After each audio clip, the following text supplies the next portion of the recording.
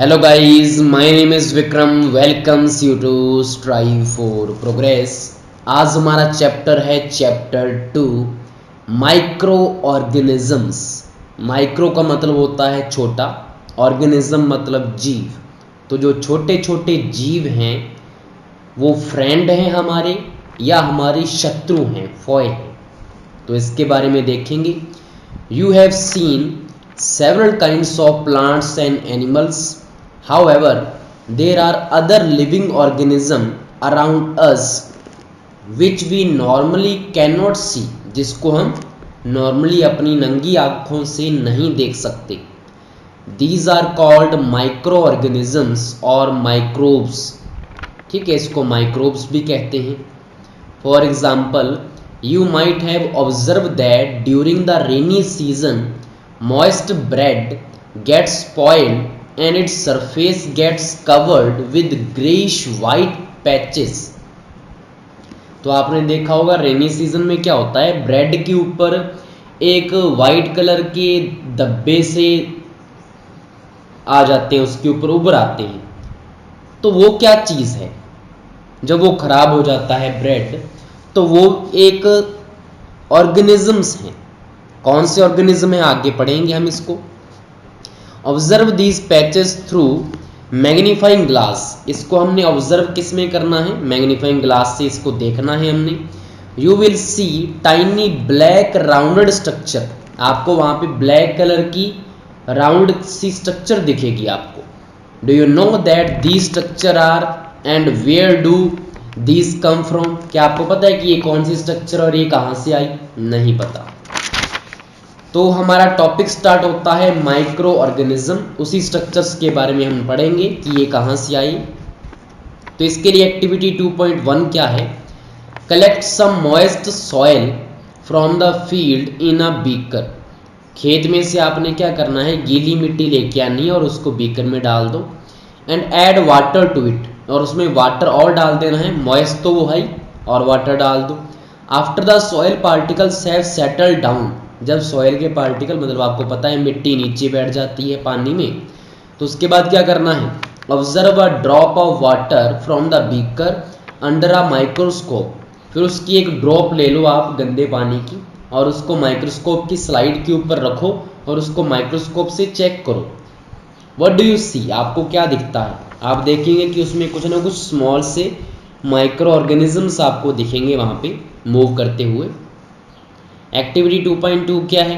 Take a few drops of water from a pond. Pond से ले आओ। Pond का पानी भी ऐसा डर्टी पानी होता है ना, डर्टी वाटर होता है, तो उसमें भी क्या होते हैं? छोटे छोटे ऑर्गेनिजम्स होते हैं। Spread on a glass slide. Glass slide के ऊपर उस पानी को डालो एंड ऑब्जर्व करो थ्रू अ माइक्रोस्कोप। तो यहाँ पे भी आपको मूवमेंट नजर आएगी। Do you find a tiny organism moving around? तो बिल्कुल वहां पे छोटे छोटे ऑर्गेनिजम्स आपको देखने को मिलेंगे। These observations show that water and soil are full of tiny organisms. तो पहले हमने मिट्टी में देखा, अब हमने वाटर में देखा है, तो दोनों में है।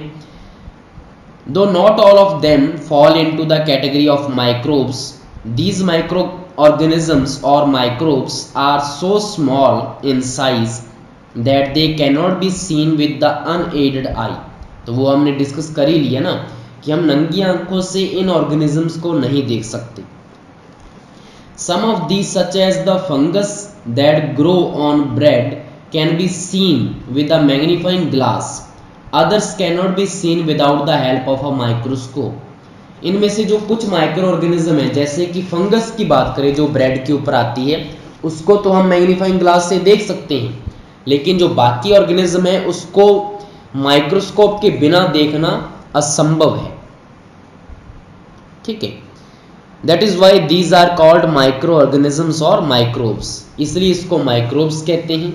Micro organisms are classify into 4 major group. इनके 4 मेजर ग्रुप कौन से हैं? सबसे पहला आता है बैक्टीरिया, दूसरा आता है फंगी, तीसरा आता है प्रोटोजोआ एंड उसके बाद आता है एल्गी। तो ये 4 यहाँ पे माइक्रो ऑर्गेनिज्म को क्लासिफाई किया हुआ है। Some of these common micro organisms are shown in figure. आगे आपको फिगर भी देखने को मिलेगा। Viruses are also microscopic. अगर हम वायरस की बात करें तो वो भी क्या है, माइक्रोस्कोपिक है, वो भी छोटे से छोटा है। They however reproduce only inside the cells of the host organism. लेकिन वो जो रिप्रोड्यूस होता है आगे के आगे वो कैसे बढ़ता है, वो जिसके अंदर रहता है, जिसकी सेल्स के अंदर रहता है वहीं पे रिप्रोड्यूस होता है, ठीक है। विच में भी बैक्टीरियम, ये बैक्टीरिया के अंदर भी हो सकता है, प्लांट के अंदर हो सकता है, एनिमल के अंदर भी हो सकता है। Some of the virus are shown in figure, figure में वायरस आपको दिखाए गए हैं। Common ailments like cold, influenza, flu जिसको बोलते हैं, and most cough are caused by virus. ये जो कॉमन कोल्ड हो गया, खांसी हो गया, इन्फ्लुएंजा हो गया, ये वायरस के कारण ही होता है। Serious disease like polio and chicken pox are also caused by virus, ये बीमारियां भी वायरस से होती हैं। Disease like dysentery and malaria are caused by protozoa, ये प्रोटोजोआ से होता है। Whereas typhoid and tuberculosis TB are bacterial disease, ये बैक्टीरिया से होती हैं।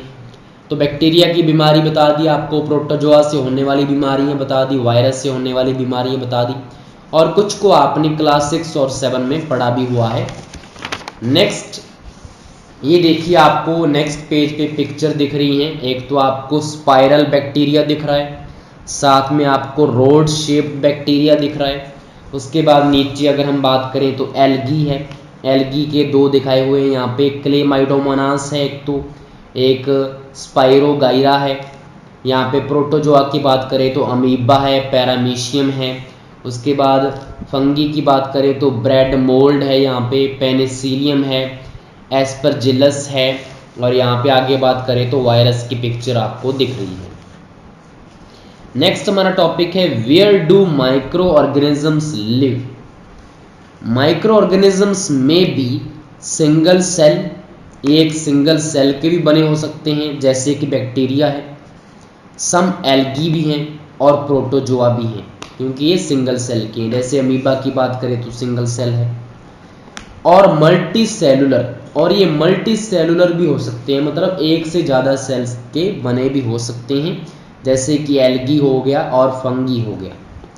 दे can survive under all types of environment ranging from ice cold climate to hot spring and desert to marshy land. अब ये जो माइक्रो ऑर्गेनिज्म है ये हर type के एनवायरनमेंट में रह लेते हैं, चाहे तो कोल्ड हो ज़्यादा ही, चाहे ज़्यादा गर्मी हो, स्प्रिंग्स हो, चाहे डेजर्ट वाला एनवायरनमेंट हो, चाहे दलदल हो, किसी में भी ये क्या कर लेते हैं, सर्वाइव कर जाते हैं। They are also found inside the bodies of animals including humans, humans की बॉडीज में भी रहते हैं ये। Some micro organisms grow on other organisms while other exist freely. कई ऐसे ऑर्गेनिज्म हैं जो दूसरे की बॉडी में ही रहते हैं, वहीं पे ग्रो करते हैं, और कुछ फ्रीली एग्जिस्ट करते हैं जैसे कि अमीबा है। Micro organisms like amoeba can live alone while fungi and bacteria जो है मे लिव इन कॉलोनीज, ये ग्रुप्स में रहते हैं, कॉलोनीज में, फंगी और बैक्टीरिया, लेकिन अमीबा जो है वो अलोन, सिंगल रहता है। Microorganisms and us, microorganisms play an important role in our life, some of them are beneficial in many ways whereas some others are harmful and cause disease. Let us study about them in detail. तो यहाँ पे देखो micro organism जो हैं कई तो beneficial हैं, हमारे लिए अच्छे भी हैं, और कई जो हैं वो हमें क्या करते हैं, बीमार कर देते हैं। तो चलिए देखते हैं कि फ्रेंडली हमारे कौन से हैं। तो सबसे पहले है friendly microorganisms. Micro organisms are used for various purpose. They are used in the preparation of curd, bread and cake. तो केक जो बनता है उसमें भी इसका यूज़ है, ब्रेड बनाने में, कर्ड बनाने में। Micro organism have been used for the production of alcohol since age. काफ़ी लंबे टाइम से माइक्रो ऑर्गेनिज्म का यूज़ करके एल्कोहल बना रहे हैं हम, इसकी प्रोडक्शन की जा रही है। They are also used in cleaning up of the environment, environment को क्लीन करने में भी इसका रोल है, जैसे कि द ऑर्गेनिक वेस्ट जैसे होता है, वेजिटेबल के पील्स, छिलके सब्जियों के, रिमेन्स ऑफ एनिमल्स, एनिमल्स का गोबर वगैरह जो भी है, फीसेस उनका, इन सभी को साफ कौन करता है? ये छोटे छोटे माइक्रो ऑर्गेनिज्म ही हैं जो इस चीज़ को खा जाते हैं। Are broken down into harmless and usable substance by bacteria, bacteria इनके ऊपर एक्शन करते हैं और उनको सड़ा गला देते हैं। Recall that bacteria are also used in the preparation of medicines, medicines में भी बैक्टीरिया का यूज़ होता है। In agriculture they are use to increase soil fertility, ठीक है, सॉयल फर्टिलिटी को भी बढ़ाते हैं बैक्टीरिया, क्योंकि ये नाइट्रोजन को फिक्स कर देते हैं। तो ये देखो कितने सारे इसके अच्छे यूजेस भी हैं। अब वन बाय वन इसको डिस्कस करेंगे, जैसे कि making of curd and bread. You have learn in class 7th that milk is turn into curd by bacteria. ये हम सभी सुनते हैं कि कर्ड में क्या होते हैं? बैक्टीरिया होते हैं वो, और हमारे लिए वो अच्छे भी होते हैं। तो कौन सा बैक्टीरिया होता है? लैक्टोबैसिलस। पहेली क्या बोल रही है? आई सा that my mother added a little curd to warm milk to set curd for the next day. I wonder why. मतलब मेरी माता ने बिल्कुल थोड़ी सी दही डाली दूध में, गर्म दूध में, और नेक्स्ट डे वो पूरा दही बन गया। तो वो वंडर है कि ये कैसे हो गया। Curd contains several micro organisms होते हैं कर्ड में। Of this the bacterium lactobacillus होता है। Promote the formation of curd, और यही क्या बनाता है? कर्ड बनाता है, क्योंकि ये मल्टीप्लाई हो जाता है मिल्क के अंदर। It multiplies in milk and convert it into curd, क्योंकि एक बैक्टीरिया जो है वो मल्टीप्लाई होकर बहुत सारे बैक्टीरिया बन जाते हैं, और यही क्या करते हैं? फिर कर्ड बना देते हैं। Bacteria are also involved in the making of cheese, paneer बनाने में भी इसका यूज़ है, पिकल्स में, and many other food items. An important ingredient of rava या suji, idlis and bhaturas is curd. Can you guess Y?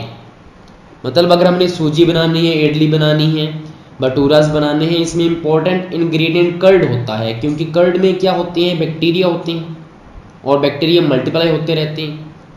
तो इसलिए इसका क्या है? ये इंपॉर्टेंट इंग्रेडिएंट है उस चीज़ को बनाने में।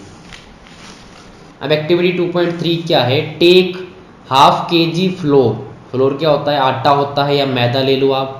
ऐड सम शुगर, उसमें शुगर डालो, and mix with warm water, और उसमें क्या डाल दो? गर्म पानी। Add a small amount of yeast powder, जो ईस्ट का पाउडर है उसमें डाल दो, and need to make a soft dough.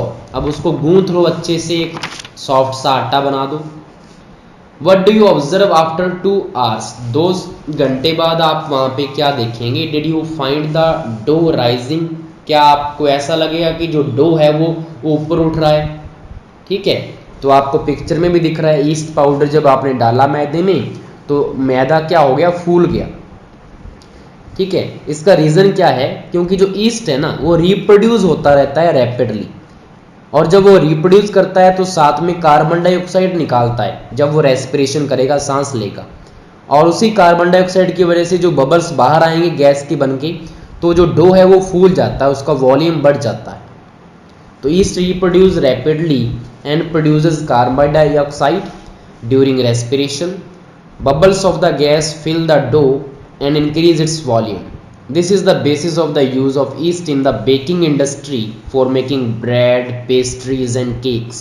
इसलिए केक्स आपने देखा, केक्स फूले हुए होते हैं। कैसे फूल गए? ईस्ट की वजह से।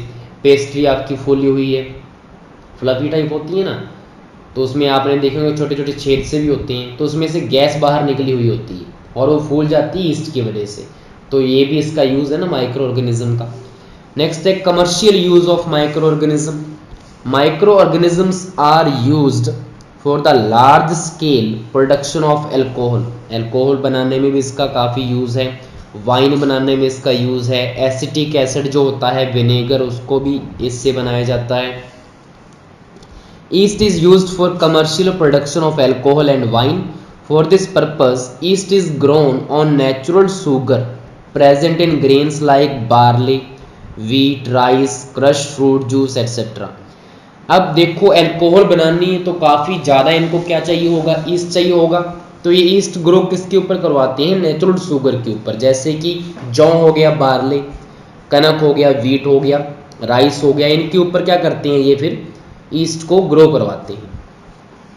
Next activity 2.4, take a 500 ml beaker filled up to 3/4 with water, मतलब आधे से ज़्यादा वाटर डाल देना उसमें। Dissolve 2 to 3 teaspoon of sugar in it, उसमें शुगर डाल देना 2 से 3 चम्मच। Add half a spoon of yeast powder to the sugar solution, और आधा चम्मच उसमें क्या डाल देना, ईस्ट पाउडर।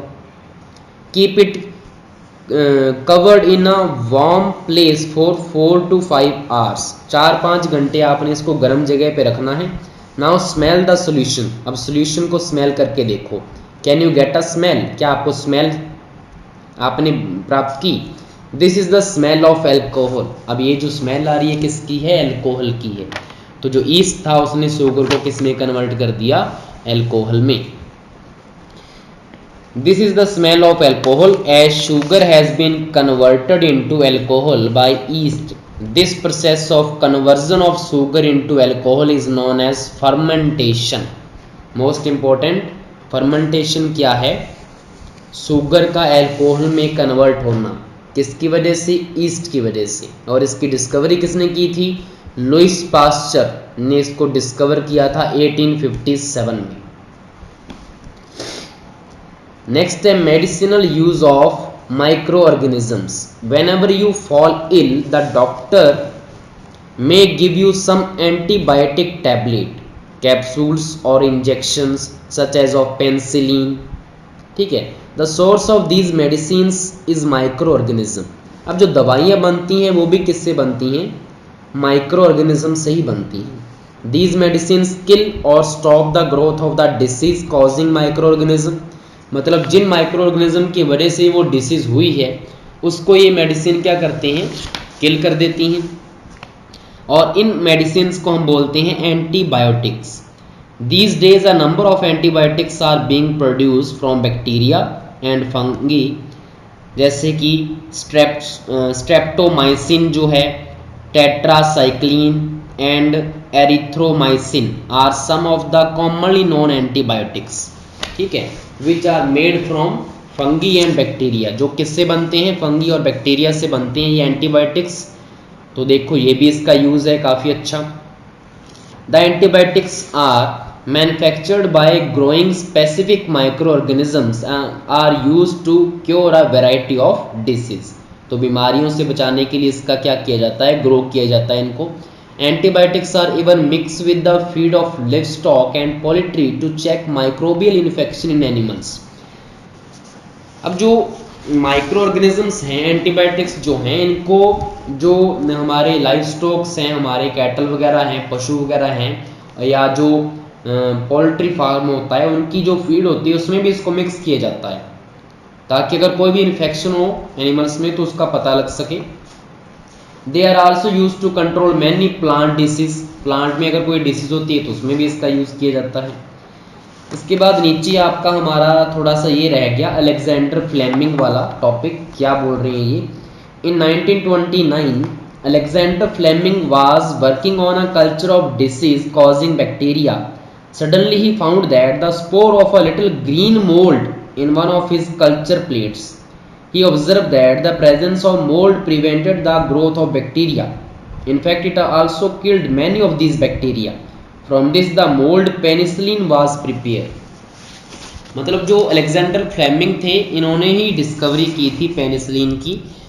ये जब अपना कोई भी एक्सपेरिमेंट कर रहे थे तो इन्होंने देखा कि जो इनकी जो मोल्ड हैं, जो भी इनका मोल्ड था वहाँ पे, वो क्या कर रहा था, बैक्टीरिया की ग्रोथ को स्टॉप कर रहा था और काफ़ी हद तक बैक्टीरिया को मार भी रहा था।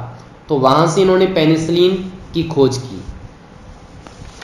It is important to remember that antibiotics should be taken only on the advice of qualified doctor. बिल्कुल, जो भी हमने एंटीबायोटिक्स दवाइयाँ लेनी होती हैं वो डॉक्टर जब बोलेगा, कोई भी क्वालिफाई आपको एडवाइस देगा तभी लेनी है।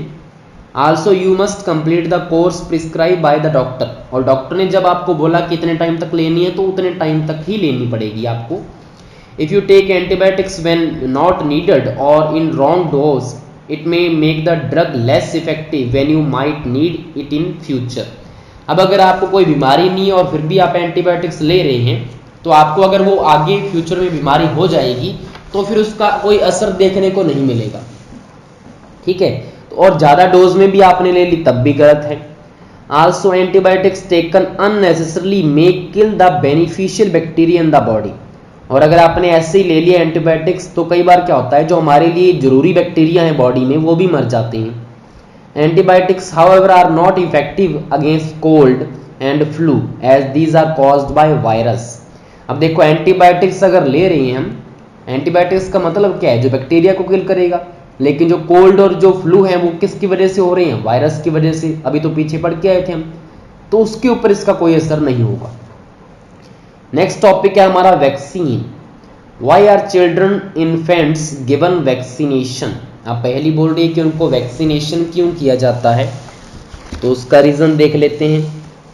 When a disease carrying microbe enter our body, the body produces antibodies to fight the invader।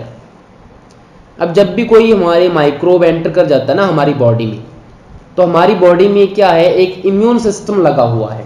हमारे क्या बनती हैं, एंटीबॉडीज बन जाती हैं हमारे ब्लड के अंदर, जो क्या करती हैं, जो बाहर से माइक्रोब आ गया उससे फिर वो लड़ती हैं, फाइट करती हैं और उसको मारती हैं। The body also remember how to fight the microbe if it enters again. अब बॉडी हमारी, इम्यून सिस्टम हमारा फिर वो याद भी रखता है कि मैंने इसको पहले कैसे मारा था, इस वाले माइक्रोब को मैंने पहले कैसे मारा था, अब वो दोबारा जब आएगा तो भी मैंने ऐसे ही मारना है उसको। तो ये याद भी रखता है हमारा बॉडी वाला सिस्टम, काफी अच्छा है। So if dead or weakened microbe are introduce in a healthy body, the body fights and kills them by producing suitable antibodies. अब हम क्या करें, अगर डेड जो माइक्रोब है, मरा वो माइक्रोब अगर हम अपनी बॉडी में इंट्रोड्यूस करवा दें हेल्दी वाली में, ठीक है, तो अब वो क्या करेगा, इम्यून सिस्टम एंटीबॉडीज बनाएगा और सीख जाएगा कि हमें इससे कैसे लड़ना है। अब हमने डेड वाला डाला तो हमारी बॉडी पे कोई असर भी नहीं होगा। अब फ्यूचर में अगर कोई जिंदा माइक्रोब ऐसा ही हमारी बॉडी में एंटर करेगा तो हमारी बॉडी को तो पहले से पता लग गया ना कि इससे कैसे लड़ना है। तो यही फायदा है वैक्सीनेशन करने का।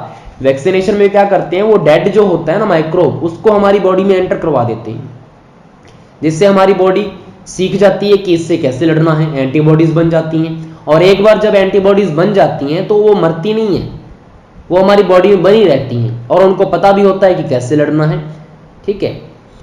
This is how a vaccination work. Several disease including cholera, tuberculosis, smallpox, hepatitis can be prevented by vaccination. तो इसको हम रोक सकते हैं वैक्सीनेशन से, ठीक है। Edward Jenner discovered the vaccine for small pox in 1798। तो अगर आपसे पूछ ले कि वैक्सीन जो है स्मॉल पॉक्स की किसने डिस्कवरी की, तो एडवर्ड जेनर ने, ठीक है। In your childhood you must have been given injections to protect yourself against several disease. आपको टीके भी लगाए गए होंगे। Can you prepare a list of this disease. क्या आपको पता है किस बीमारी पे आपको टीका लगाया था। You may take help for your parents की हेल्प ले सकते हैं, माँ को पता होता है। It is essential to protect all children against this disease. Necessary vaccine are available in the nearby hospitals. तो आपको हॉस्पिटल्स में जाके वैक्सीनेशन करवानी चाहिए। You might have seen the advertisement on TV and newspaper regarding protection of children against polio under the pulse polio programme. बहुत सारे advertisement भी आते रहते हैं ना कि पल्स पोलियो अभियान लगा है, यहाँ पे पोलियो आप पिलाएं अपने बच्चों को। Polio drops given to children are actually a vaccine है, वो भी एक वैक्सीन ही है। A worldwide campaign against smallpox has finally lead to its eradication from most parts of the world. अब जो वर्ल्ड वाइड कैंपेन चला था, स्मॉल पॉक्स की वैक्सीन करवाई गई थी, इसी की वजह से आज क्या होता है, पूरे वर्ल्ड में किसी भी पार्ट में स्मॉल पॉक्स का कोई भी पेशेंट नहीं बचा है। These days vaccines are made on a large scale from microorganism to protect humans and other animals from several diseases। तो आजकल लार्ज स्केल पे वैक्सीनेशन करवाई जा रही है, वैक्सीन बनाई जा रही है माइक्रो ऑर्गेनिज्म से, डिसीज से बचने के लिए। नेक्स्ट हमारा है increasing soil fertility. Some bacteria and blue green algae are able to fix nitrogen from the atmosphere to enrich soil with nitrogen and increase its fertility। तो अगर बैक्टीरिया और फंगी की बात करें तो एल्गी की बात करें, ये दोनों क्या करते हैं, नाइट्रोजन को भी फिक्स कर देते हैं जिससे हमारी जो सॉइल है उसकी फर्टिलिटी इंक्रीज हो जाती है, पैदावार अच्छे से होती है। These microbes are commonly called biological nitrogen fixer, इसलिए इनको क्या कहते हैं, नाइट्रोजन फिक्सर कहते हैं। नेक्स्ट है cleaning the environment. Boojho and Paheli had observed the school gardener making manure along with their friends. They collected waste of plants, vegetables and fruits from nearby houses and gardens. They put them in a pit meant for waste disposal. After some time it decomposed and got converted to manure. Bujo and Paheli wanted to know how this had happened. अब देखो इन्होंने क्या किया, बूजो पहेली ने पास वाले Gardner's में अपने हाउस का कचरा, जो भी छिलके वगैरह थे सब्जियों के, सारे एक गड्ढे में डाल दिए। कुछ टाइम बाद उन्होंने क्या देखा कि वो सारा क्या हो चुका था, सड़ गल चुका था और उसकी खाद बन चुकी थी। अब वो कंफ्यूज है कि ऐसा कैसे हो सकता है, क्योंकि ऐसा ऐसे होता है कि जो बैक्टीरिया जो होते हैं हमारे प्रेजेंट, जो हमें दिखते नहीं है, वो इस चीज़ को क्या करते हैं, छोटे छोटे पीसेस में कन्वर्ट कर देते हैं और उसको सड़ा गला देते हैं। यही तो इनका फ़ायदा है, जिससे क्या हो जाता है, एनवायरनमेंट क्लीन हो जाता है, उसकी खाद बन जाती है। तो हम बोल सकते हैं कि ये फार्मर का भी फ्रेंड है। Activity 2.5, take 2 pots and fill each pot half with soil. 2 pots लेने हैं, दोनों को आपने आधा मिट्टी से भर देना है। Mark them A and B, दोनों पे ए और बी लिख दो। Put plant waste in pot A, plant का कोई भी वेस्ट पॉट ए में डालो। And things like polythene bags, empty glass bottles, broken plastic toys in pot B, और प्लास्टिक का जो भी मटेरियल है वो पॉट बी में डाल दो। Put the pots aside, observe them after 3 to 4 weeks, 3-4 हफ्तों के बाद देखो। सिंपल सी बात है, जिसमें आपने प्लांट का वेस्ट डाला था उसकी तो खाद बन गई होगी, वो सड़ गल चुका होगा, लेकिन जो प्लास्टिक है वो सड़ती गलती नहीं है, उसके ऊपर बैक्टीरियाज काम नहीं करते। Do you find any difference in the content of the 2 pots? बिल्कुल। If so what is the difference? You will find the plant waste in pot A has been decomposed. How did this happen? The plant waste has been converted into manure by the action of microbes. The nutrients released in the process can be used in the plants again. अब यहाँ पे जो manure बना होगा उसका दोबारा use किस में करते हैं हम? खाद डालने में करते हैं ना। मैन्योर बन गया, दोबारा प्लांट्स में डाल दो उसको, तो दोबारा फिर उसका यूज हो गया। तो कितना अच्छा काम करते हैं microbes. Did you notice that in pot B, the polythene bags, empty glasses, bottles and broken toy parts did not undergo any such change? The microbe could not act on them and convert them into manure. वो microbe जो है polythene के ऊपर काम नहीं करते। You often see large amounts of dead organic matter in the form of decaying plants and sometimes dead animals on the ground. आपने देखा होगा जो टूटे फूटी टहनियाँ नीचे गिरी होती हैं, पत्ते नीचे गिरे हुए हैं, या कोई आपने डेड एनिमल्स को ग्राउंड पे देखा होगा। You find that they disappear after some time, और आपने ये भी देखा होगा कुछ टाइम के बाद वो डिसअपियर हो जाते हैं। मतलब मरे हुए जो भी जानवर हैं कुछ टाइम के बाद डिसअपियर कहाँ हो जाते हैं, क्योंकि माइक्रो ऑर्गेनिज्म जो हैं, माइक्रोब्स जो हैं, वो उसके ऊपर काम करते हैं, उसको खा जाते हैं, उसकी जो भी न्यूट्रिएंट है उसको सॉइल में मिक्स कर देते हैं। तो सॉइल में मिक्स हो गया तो दोबारा प्लांट्स उसको क्या कर लेता है, वहां से ऑब्जॉर्व कर लेता है। तो इसका रिसाइकल एक प्रकार का चलता रहता है।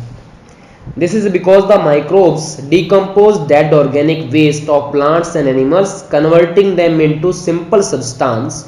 These substance are again used by other plants and animals. Thus microbes can be used to degrade the harmful and smelly substance and thereby clean up the environment. ठीक है, तो स्मेल भी नहीं आती वहाँ पे, कोई एनिमल मरा हुआ है तो, क्योंकि उसको वो कन्वर्ट कर देते हैं सिंपलर सब्सटेंस में और मिट्टी में मिक्स कर देते हैं। तो ये इसका फायदा है। नेक्स्ट हमारा है हार्मफुल माइक्रो ऑर्गेनिजम्स। ये कौन कौन से हैं और इससे क्या होता है, चलिए चेक करते हैं।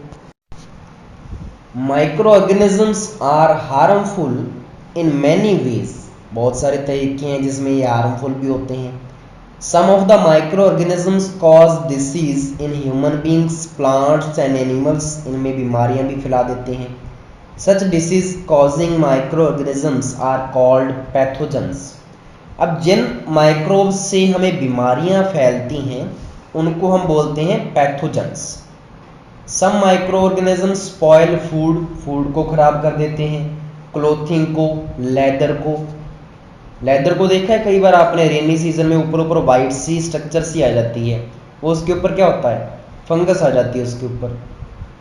तो ये वाले ऑर्गेनिज्म क्या कर रहे हैं, लेदर को खराब कर रहे हैं, क्लोथ को खराब कर रहे हैं। फूड आपने देखा होगा, अचार के ऊपर कई बार वाइट वाइट सा आ जाता है, तो ये फूड को भी खराब कर देते हैं, बीमारियां भी फैलाते हैं। Disease causing micro organisms in humans. अब चेक करते हैं। Pathogens enter our body through the air we breathe, the water we drink और द फूड वी ईट। अब ये जो पैथोजन है हमारी बॉडी में एंटर कैसे कैसे कर सकते हैं। जब हम सांस लेते हैं तो एयर में से लेंगे, तो एयर में से हमारी बॉडी में एंटर करके, या जब हम पानी पीते हैं तो पानी के ऊपर होते हैं, कई बार दिखते नहीं हैं, या फूड जो होता है फूड खाते हैं उसके साथ हमारी बॉडी में चले जाते हैं। They can also get transmitted by direct contact with N infected person और कैरी थ्रू एन एनिमल। अब ये डायरेक्ट कांटेक्ट से भी हमारी बॉडी में आ जाते हैं कि अगर कोई इन्फेक्टेड पर्सन है, अगर उसको हम टच करेंगे तो उसकी बॉडी से भी हमारी बॉडी में आ जाते हैं। या कई बार क्या होता है, एनिमल्स के थ्रू आ जाते हैं। एनिमल्स जैसे कि हमारी हाउस फ्लाई होती है, जो उसकी वजह से, या मच्छर की वजह से। ठीक है। Microbial disease that can spread from an infected person to a healthy person through air, water, food और physical contact are called communicable disease. अब देखो, ऐसे जो पैथोजन जो बीमारियां फैलाते हैं, जो डायरेक्ट कांटेक्ट से आ जाते हैं इन्फेक्टेड पर्सन से, उस चीज़ को हम बोलते हैं कम्युनिकेबल डिसीज। ठीक है, मतलब जो टच करने से, फिजिकली कांटेक्ट से जो बीमारी फैलती है। इसके एग्जाम्पल कौन कौन से हैं, जैसे कि कोलेरा हो गया, कॉमन कोल्ड हो गया, चिकन पॉक्स हो गया, टीबी हो गया। ये क्या है, कम्युनिकेबल डिसीज के एग्जाम्पल हैं। When a person suffering from common cold sneezes, fine droplets of moisture carrying thousands of virus are spread in the air. The virus may enter the body of a healthy person while breathing. अब देखो ये फैलते कैसे हैं। जैसे भी कोई भी पर्सन इन्फेक्टेड है, उसको क्या है, कोल्ड है, तो जब भी वो स्नीज करेगा, छींकेगा, तो छींकता है जब भी आदमी, तो उसकी छींक में क्या होते हैं, छोटी छोटी पानी की ड्रॉप्स ही होती हैं, और उस ड्रॉप्स में थाउजेंड्स वायरस होते हैं। अब वो छींक से 1000 वायरस बाहर आ गए, और जो हेल्दी पर्सन उसी एयर में अगर सांस लेगा तो उसकी सांस के साथ वो उसकी बॉडी में भी चले जाएंगे। तो इस तरह से क्या होता है, ये डिसीज, कम्युनिकेबल डिसीज आगे के आगे चलती रहती है। तो बूजो बोल रहा है, then how do you prevent the spread of communicable disease, कि हम इसको रोक कैसे सकते हैं फैलने से। तो पहली बोल रही है, we should keep a handkerchief on the nose and mouth while sneezing. जब भी हम छींकते हैं तो हमारे पास में रुमाल होना चाहिए, हमारी नोज के ऊपर और हमारे माउथ के ऊपर। It is better to keep a distance from infected person, और ये अच्छा होगा कि अगर हम इन्फेक्टेड पर्सन से थोड़ी डिस्टेंस बना के रहें। There are some insects and animals which act as a carrier of disease causing microbe. अब यहाँ पे कुछ इंसेक्ट या एनिमल भी हैं जो कैरियर का काम करते हैं बीमारी को फैलाने में। Housefly is one such carrier. घर वाली जो मक्खी होती है, एक सबसे बड़ा कैरियर है इसका। The fly sit on the garbage, ये कचरे में बैठती है। एंड एनिमल एक्सक्रीटा, या एनिमल का कोई भी एक्सक्रीटा, गोबर वगैरह पड़ा है, यूरिन वगैरह पड़ा है उनका, उसके ऊपर बैठ जाती है जाके। Pathogen stick to their bodies, और जो ये पैथोजन है, बीमारी फैलाने वाले माइक्रोब्स हैं, इसकी बॉडी के साथ चिपक जाते हैं, इसके पैरों के साथ। When these fly sit on uncovered food, और जब ये फ्लाइज फिर जाके ऐसे फूड के ऊपर बैठ जाती है जो कवर नहीं है, तो ये ट्रांसफ़र कर देती है पैथोजन को उस फूड के ऊपर, और उस फूड को फिर अगर हम खाएंगे तो हम बीमार पड़ जाते हैं। So it is advisable to always keep food covered. तो सबसे पहले इसलिए आपको बोला जाता है कि फूड को कवर करना चाहिए आपको, और नंगा जो फूड है उसको नहीं खाना चाहिए, बाहर जो स्ट्रीट फूड होता है। Avoid consuming uncovered items of food. Another example of carrier is the female anopheles mosquito. Female anopheles mosquito से क्या फैलता है, मलेरिया फैल जाता है। ठीक है, क्योंकि ये कैरी करता है पैरासाइट ऑफ मलेरिया। मलेरिया का जो पैरासाइट है वो कौन कैरी करता है, फीमेल एनोफिलीज मॉस्किटो। और अगर हम एडिस मॉस्किटो की बात करें, ये भी कैरियर है डेंगू वायरस का। ठीक है, तो how can we control the spread of malaria और डेंगू, तो इसको फैलने से कैसे बचा सकते हैं। अगर मच्छर कम होंगे आपके घरों में तो अपने आप नहीं होगा dengue malaria. Why does the teacher keep telling us not to let water collect anywhere in the neighbourhood. तो आपके पड़ोस, आस पड़ोस में या आपके घर में वाटर इकट्ठा नहीं होना चाहिए, क्योंकि जो मच्छर हैं जो ब्रीड करते हैं वो वाटर के ऊपर ही करते हैं। All mosquitoes breed in water, hence one should not let water collect anywhere. ये कूलर्स हो गया, टायर्स में नहीं होना चाहिए पानी, फ्लावर पॉट में पानी नहीं रखना, ठीक है। By keeping the surrounding clean and dry, जितना सूखा होगा वहाँ पे मच्छर नहीं आएगा, मच्छर नहीं आएगा तो ब्रीडिंग नहीं करेगा, ब्रीडिंग नहीं करेगा तो फिर वो पैरासाइट जो मलेरिया का लेके नहीं आएगा, ठीक है। ये चीज़ है, तो ऐसे बचा जा सकता है। नेक्स्ट हम बात करते हैं some common human disease caused by microbes. तो आपको कुछ टेबल दिया हुआ है, जैसे कि जो टीबी है, अगर हम बात करें ये बैक्टीरिया से होता है, इसका मोड क्या है, एयर है ट्रांसमिशन का। मीजल्स की बात करें तो वायरस से होता है, चिकन पॉक्स वायरस से, पोलियो वायरस से। आपको सिर्फ ये याद रखना है कि कौन सा किस से होता है, ये इम्पोर्टेंट है, जो कंपटीशन में भी पूछा जाता है। कोलेरा बैक्टीरिया से होता है, टाइफॉइड बैक्टीरिया से, हेपेटाइटिस से वायरस से, मलेरिया प्रोटोजोआ से। मलेरिया का ट्रांसमिशन कौन करता है, मॉस्किटो। बाकी लगभग एयर वाटर से होते हैं, ठीक है। इससे बचने के लिए क्या क्या करना है वो भी दिया हुआ है यहाँ पे। सबसे पहले जो ऊपर वाली 4 बीमारियां, उससे बचने के लिए क्या करना है, पेशेंट को बिल्कुल आइसोलेशन में रखना है, बिल्कुल अलग, और उसके जो पर्सनल बिलोंगिंग्स हैं, उसके जो भी कपड़े वगैरह जो भी वो यूज़ करता है उसको दूर रखना है, और वैक्सीनेशन जो है वो सूटेबल उसको करवानी है। अगर कोलेरा टाइफाइड की बात करें तो पर्सनल हाइजीन, स्वच्छता रखनी है, वहाँ पे सैनिटाइज़र का यूज़ करना है, और फूड को अच्छे से कुक करके उसको देना है, ड्रिंकिंग वाटर बॉयल करके देना है, वैक्सीनेशन करवानी है।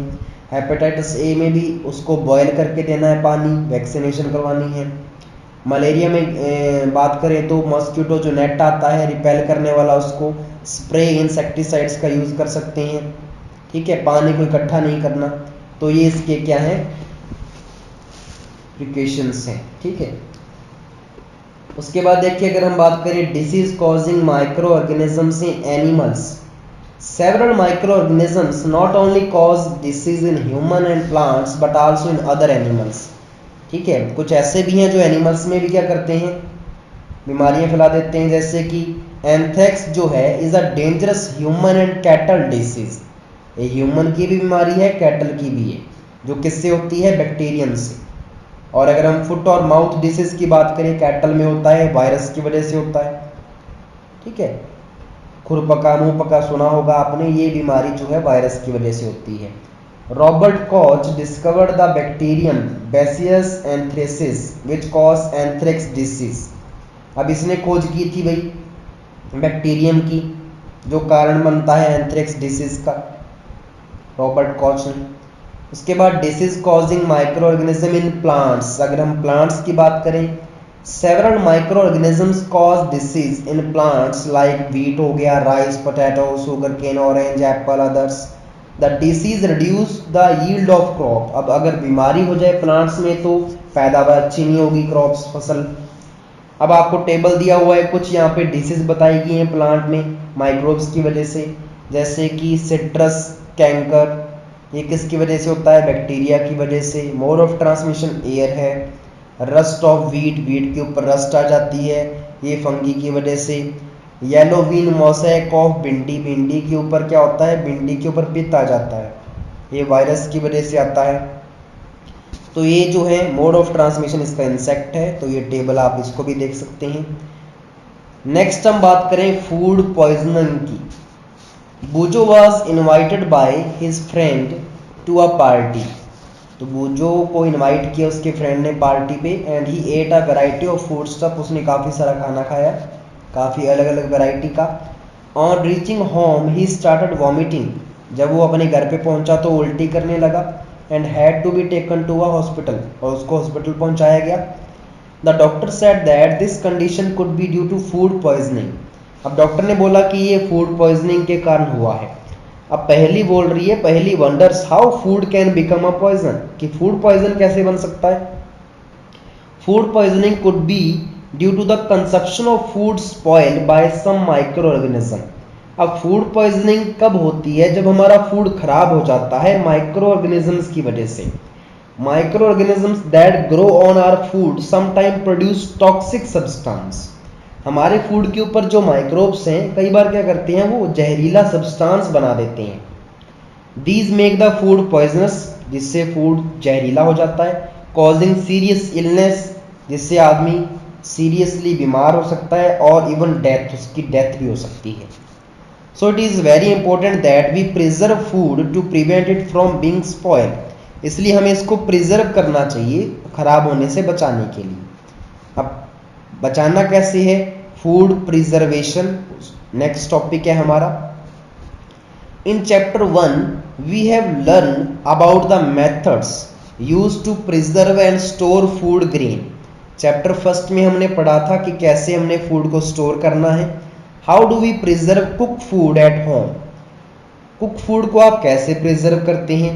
You know that bread left unused under moist condition is attacked by fungus. आपको पता है जो ब्रेड अगर आप ऐसे ही खुले में छोड़ देंगे मॉइस्ट कंडीशन में तो उसके ऊपर फंगस आ जाता है, वाइट कलर का, ग्रीन सा भी हो जाता है वो कई बार। Micro organism spoil our food, ये खराब कर देते हैं हमारे खाने को। Spoiled food emit bad smell. इसको चेक करने के लिए क्या क्या इसमें सिम्टम्स होते हैं? देखो, एक तो बैड स्मेल आएगी, has a bad taste, taste उसका खराब होगा, और कलर भी चेंज हो जाएगा। इस spoilage of food a chemical change, बिल्कुल एक केमिकल रिएक्शन होती है ये खराब होना फूड भी। पहली bought some mangoes but she could not eat them for a few days. Later she found that they were spoiled and rotten. सड़ नहीं थे, काफ़ी दिनों तक उसने खाया नहीं उसको तो वो सड़ गए। But she knows that the mango pickle her grandmother makes doesn't spoil for a long time. She is confused. अब ये बोल रही है कि वो जब वो मैंगो फ्रूट लेके आई तो 3-4 दिनों बाद मैंगो खराब हो गया, लेकिन जो उसकी दादी है उसने जो नींबू का अचार मैंगो का जो अचार उसने डाला था वो लंबे टाइम तक चलता रहता है, वो खराब नहीं होता, तो वो ऐसा क्यों है? वो कंफ्यूज हो गया उसको। तो इसका रीज़न आपको पता ही है कि इसमें हम क्या डालते हैं, ऑयल वगैरह डाल के रखते हैं, उसमें सॉल्ट वगैरह डाला जाता है जिससे पिकल जो है वो खराब नहीं होता।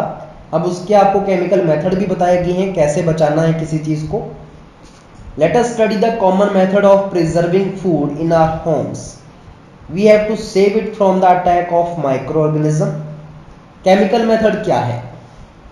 Salt and edible oil are the common chemicals generally used to check the growth of microorganism. Therefore, they are called preservatives. We add salt or acid preservatives to pickles to prevent the attack of microbes. Sodium benzoate and sodium metabisulfite are common preservatives. These are also used in the jams and squash to check their spoilage. ठीक है, chemical अगर हम बात करें तो हम salt का use कर सकते हैं, एडिबल ऑयल का यूज़ कर सकते हैं, सोडियम बेंजोएट हो गया, सोडियम मेटाबाइसल्फाइट हो गया, तो इनका यूज़ करते हैं हम जैम वगैरह में, स्क्वैश वगैरह, इनको स्पॉइल होने से बचाने के लिए, पिकल्स को स्पॉइल होने से बचाने के लिए। Preservation by common salt, common salt से भी हो जाता है। Common salt has been used to preserve meat and fish for eggs. काफ़ी लंबे टाइम तक अगर फिश और मीट को बचा के रखना है तो उसके ऊपर कॉमन सॉल्ट डाल दो। Meat and fish are covered with dry salt to check the growth of bacteria. Salting is also used to preserve amla. आंवला को अगर बचाना है तब भी उसके ऊपर सॉल्ट डाल सकते हैं। रॉ मैंगोस, कच्चा आम है उसके ऊपर सॉल्ट डाल दो आप, इमली के ऊपर आप सॉल्ट डाल दो, टैमारिंड के ऊपर, तो ये बच जाएंगे खराब होने से। प्रिजर्वेशन बाय शुगर, शुगर से भी प्रिजर्वेशन करते हैं। किस चीज़ का? Jams, jellies and squash are preserve by sugar. Squash जो होता है हमारा, जैम है, जेलीज हैं, इनके ऊपर शुगर डाली जाती है जिससे ये खराब होने से बच जाते हैं। Sugar reduce the moisture content, क्योंकि शुगर से क्या होता है, मॉइस्चर वहाँ पे नहीं आता, जिसकी वजह से वहाँ पे बैक्टीरिया वगैरह ग्रोथ नहीं करते। ठीक है। Preservation by oil and vinegar, use of oil and vinegar prevent spoilage of pickle, अचार को खराब होने से बचाते हैं। Because bacteria can not live in such an environment, वो ऑयली वाले एनवायरमेंट में वो रह नहीं पाते क्योंकि। Vegetables, fruit, fish and meat are often preserve by this method. ज़्यादातर हम ऑयल का ही यूज़ करते हैं, आपको पता है, पिकल वगैरह में। हीट एंड कोल्ड ट्रीटमेंट, अगर हम बात करें गर्म करने से, you must have observe your mother boiling milk before it is stored और यूज्ड। ठीक है, ये आपने देखा होगा, जो आपकी माता है पहले मिल्क को क्या करती है, गर्म करती है उसको स्टोर करने से पहले। Boiling kills many micro organism, क्योंकि बॉइलिंग से क्या होता है, जो माइक्रो ऑर्गेनिज्म होंगे वो मर जाएंगे बॉयल करने से। Similarly we keep our food in the refrigerator, उसके बाद हम उसको कहाँ पे रखते हैं, रेफ्रिजरेटर में भी रखें हम उसको, चीज़ को बचा सकते हैं। Low temperature inhibit the growth of microbes. अब देखो दोनों चीज़ें हैं, बॉयल करने से माइक्रो ऑर्गेनिज्म हैं वो मर जाएंगे, और अगर हम रेफ्रिजरेटर में रखेंगे तो वहाँ पे वो ग्रो नहीं कर पाते, क्योंकि टेम्परेचर बहुत ही कम हो जाता है, कोल्ड हो जाता है वहाँ पे। Y does the milk that comes in packets not spoil. अब बूजू बोल रहा है कि जो पैकेट्स में मिल्क आता है वो स्पॉयल क्यों नहीं होता। My mother told me that the milk is pasteurised. What is pasteurisation. अब मदर ने बताया कि जो वो मिल्क होता है वो पास्चराइज होता है। अब वो पूछ रहा है कि पास्चराइजेशन क्या है। तो pasteurise milk can be consume without boiling as it is free from harmful microbe. इसको हम कंज्यूम कर सकते हैं बिना बॉयल किए, क्योंकि ये हार्मफुल माइक्रोब से फ्री होता है। कैसे, क्योंकि इस मिल्क को हीट किया जाता है 70 डिग्री सेंटीग्रेड टेम्परेचर पे 15 से 30 सेकंड तक, और उसके बाद सडनली इसको क्या कर देते हैं, ठंडा कर देते हैं, स्टोर कर देते हैं। By doing so it prevent the growth of microbe, जिससे यहाँ पे माइक्रोब्स की ग्रोथ नहीं होती। और इसकी डिस्कवरी किसने की थी, लुइस पास्चर ने। ठीक है, तो ये है पास्चराइजेशन। नेक्स्ट है storage and packaging. These days, dry fruits and even vegetables are sold in sealed, airtight packets to prevent the attack of microbe. अब आजकल आपको पता है जैसे लेज वगैरह भी आते हैं, तो उनको क्या किया जाता है, सील पैक किया जाता है, उसमें से सारी एयर को बाहर निकाल दिया जाता है और उसमें नाइट्रोजन डाल देते हैं, जिससे एयर नहीं होगी तो वहाँ पे माइक्रोब्स वगैरह क्या होते हैं, ग्रो नहीं कर पाते। तो आजकल ये भी अच्छा आइडिया है। तो ये था सारा प्रिजर्वेशन हमारा। नेक्स्ट हमारे लास्ट दो टॉपिक बचते हैं, नाइट्रोजन फिक्सेशन और नाइट्रोजन साइकिल। तो चलिए, you have learn about the bacterium rhizobium in class 6 and 7। ये आपने पढ़ा था, राइजोबियम जो बैक्टीरिया है वो नाइट्रोजन फिक्स करता है। It is involve in the fixation of nitrogen in leguminous plants, जो फलीदार जो होते हैं ना, फलीदार पौधे, जैसे गुवार फली हो गया या पल्सेस होगी, दालें, मटर वगैरह हो गई, इनकी जड़ों में रहती हैं ये जो राइजोबियम बैक्टीरिया है। Recall that rhizobium live in the root nodules of leguminous plants such as beans हो गई एंड पीज, मटर हो गई, सेम की फली होगी, with which it has a symbiotic relationship. अब इसमें क्या होता है, ये इनके अंदर सिम्बियोटिक रिलेशनशिप होता है। राइजोबियम क्या करता है, ये तो नाइट्रोजन फिक्स करके देता है, और ये जो प्लांट्स की जो रूट्स हैं ये इसके लिए शेल्टर का काम करती है, इसको एनर्जी प्रोवाइड करती है। Sometime nitrogen get fix through the action of lightning. हमने ये भी सुना था कि जो बिजली ऊपर से गिरती है ना, लाइटनिंग आती है, वो भी नाइट्रोजन फिक्स करती है।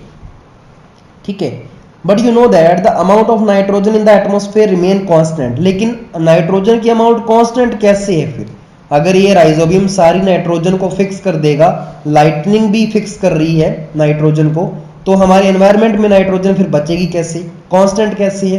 चलिए देखते हैं, नाइट्रोजन साइकिल को समझते हैं। Our atmosphere has 78% nitrogen gas. पहले तो टोटल है कितनी, 78% है। Nitrogen is one of the essential constant of all living organism as part of protein. आपको पता है नाइट्रोजन कितना इंपॉर्टेंट है, क्योंकि इससे प्रोटीन बनता है, क्लोरोफिल है इसमें, न्यूक्लिक एसिड बनते हैं, विटामिन बनते हैं। The atmospheric nitrogen can not be taken directly by plants and animal. लेकिन जो एनवायरनमेंट में जो 78% नाइट्रोजन है वो किसी काम की नहीं है, क्योंकि डायरेक्टली हम उसको नहीं ले सकते। Certain bacteria and blue green algae present in the soil fix nitrogen from the atmosphere and convert it into compound of nitrogen. ठीक है, अब ये जो ब्लू ग्रीन एल्गी है, जो बैक्टीरिया हैं जो सॉइल में प्रेजेंट होते हैं, ये जो बाहर वाली नाइट्रोजन है उसको नाइट्रोजन के कंपाउंड में कन्वर्ट कर देते हैं। अब ये काम का है। Once nitrogen is converted into this usable compound it can be utilised by plant. अब प्लांट इसको क्या कर लेता, अब्जॉर्ब कर लेगा सॉइल में से, रूट सिस्टम के through. Nitrogen is then used for the synthesis of plant protein. अब इससे क्या होगा, प्लांट में प्रोटीन बन जाएगा नाइट्रोजन से, एंड अदर कंपाउंड बन जाएंगे। एनिमल फीडिंग ऑन प्लांट्स, अब जो एनिमल प्लांट्स को खाते हैं तो एनिमल जो प्रोटीन है वो किस में चला जाएगा, एनिमल्स में चला जाएगा, nitrogen compound. When plants and animals die, अब जो प्लांट्स और एनिमल्स मरते हैं, bacteria and fungi present in the soil convert the nitrogenous waste into nitrogenous compound. अब वो जो मरते हैं दोबारा बैक्टीरिया वगैरह क्या करेंगे, उस वेस्ट को नाइट्रोजन कंपाउंड में कन्वर्ट कर देंगे, और प्लांट्स उसको दोबारा क्या कर लेंगे, यूज कर लेंगे। और कुछ बैक्टीरिया ऐसे हैं जो इस नाइट्रोजन को क्या कर देते हैं, नाइट्रोजन गैस में भी कन्वर्ट कर देते हैं, दोबारा फिर वो एटमॉस्फेयर में चली जाती है। तो इस टाइप से ये सारा का सारा सर्कल क्या होता है, चलता रहता है, और हमारे यहाँ पे नाइट्रोजन क्या रहती है, कांस्टेंट रहती है। समझ में आ गया, ये हमारा चैप्टर था। आई होप सो आपको अच्छे से समझ में आ गया होगा। Thank you.